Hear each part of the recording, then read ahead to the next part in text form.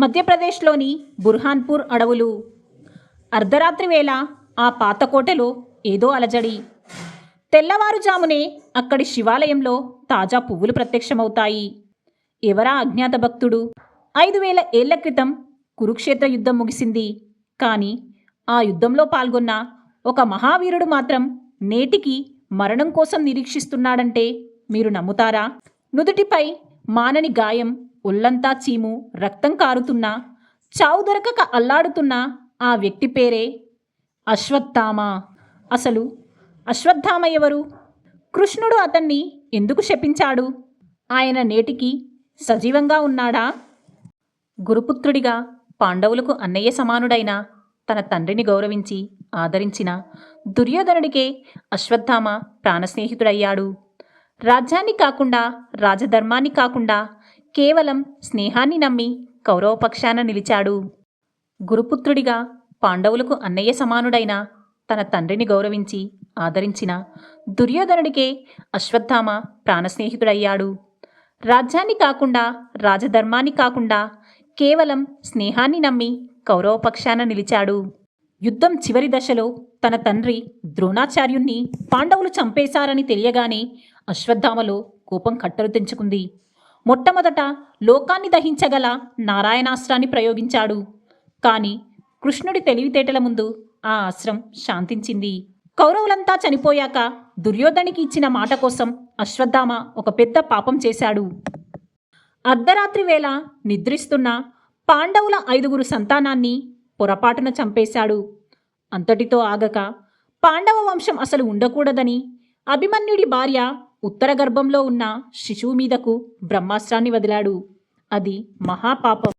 నిద్రిస్తున్న బిడ్డలను, పుట్టబోయే శిశువును చంపాలని చూడ్డంతో శ్రీకృష్ణుడు అశ్వత్థామపై ఆగ్రహించాడు. కృష్ణుడు అశ్వత్థామను చంపకుండా తన తప్పుకు ప్రాయశ్చిత్తంగా నుదుటిపై ఉన్న మణిని ఇచ్చేయమని ఆదేశిస్తాడు.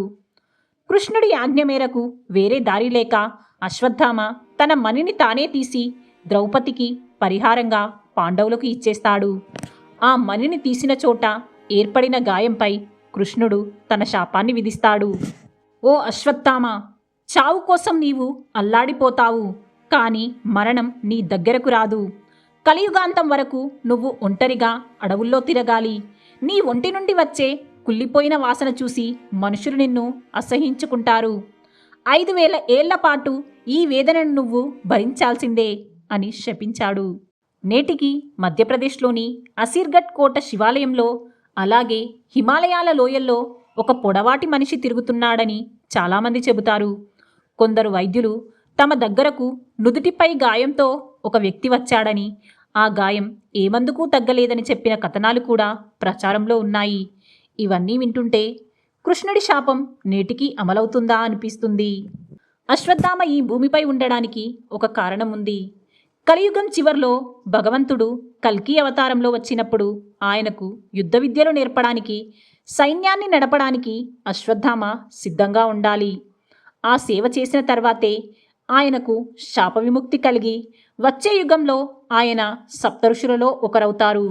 అశ్వత్థామ కథ మనకు ఒక గొప్ప పాఠం చెబుతుంది. మన దగ్గర ఎంత శక్తి ఉన్నా, ఎంత జ్ఞానం ఉన్నా అది ధర్మం వైపు లేకపోతే వినాశనానికి దారితీస్తుంది. చేసిన తప్పుకు ప్రాయచిత్తం చేసుకుంటూ ఆయన నేటికి మన మధ్య ఎక్కడో ఒకచోట సంచరిస్తూనే ఉన్నారు. మరి అశ్వత్థామ ఉనికి గురించి మీరేమనుకుంటున్నారు? ఇది నిజమని నమ్ముతున్నారా? కమెంట్ చేయండి.